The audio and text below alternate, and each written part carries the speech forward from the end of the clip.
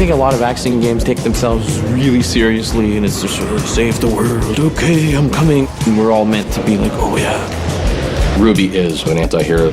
She's doing it for herself. She's not trying to save the world, stop aliens. She's in it for the money. She's in it for the vengeance. That's Ruby. She's gotta get dirty, she's gotta get bloody, and things do get bloody in our game.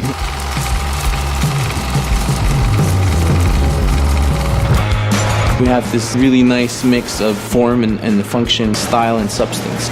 My name is Patrick Fortier. I'm the creative director on Wet. It's gratifying to go to a new location and see how beautiful it is. It's important that you believe in it, and yet it's important that it lends itself well to the kind of action that we're targeting. A lot of effort had to be put into the environment to make it usable. On this wall, you have to make a wall run? And beyond just usable, it had to look great, but also give the player information. The battle arenas are much more open, so they're kind of like mini skate parks, actually. Okay, there's a pole there, it leads to this ledge, it leads to this zip line. I can read it, I can concentrate on execution. How am I going to use that to create this really spectacular scene? That's where the slow-mo comes in as well. Slow-mo is triggered automatically as soon as you do acrobatics in the game. Eventually you meet bigger and bigger packs of enemies, and you need that slow-mo to really assess the danger, to assess who your targets should be, have time to chain your acrobatics, and start picking off your targets.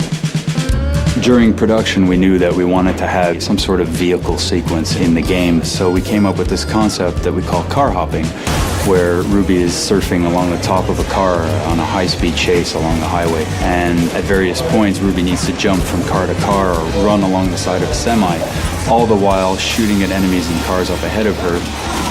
In everything we tried to do, we really tried to infuse the style. And so we went to our artists, we kind of had this concept for a crazy sequence. They went hog wild and created this really beautiful, visually spectacular sequence. That's what Rage Mode is. Ruby becomes berserked, she gets blood in her eyes, she's incensed. And so she loses her mind and just starts ripping through the enemies. Everything turns so heightened and amplified. The endorphins and the insanity and the color and the blood. Ruby just goes on a rampage and she just kills everything inside, because it's like literally Ruby seeing red and just destroying and annihilating everything. I think people would have a kick-ass time getting into her and being her and having that sort of vengeance, fury, and release.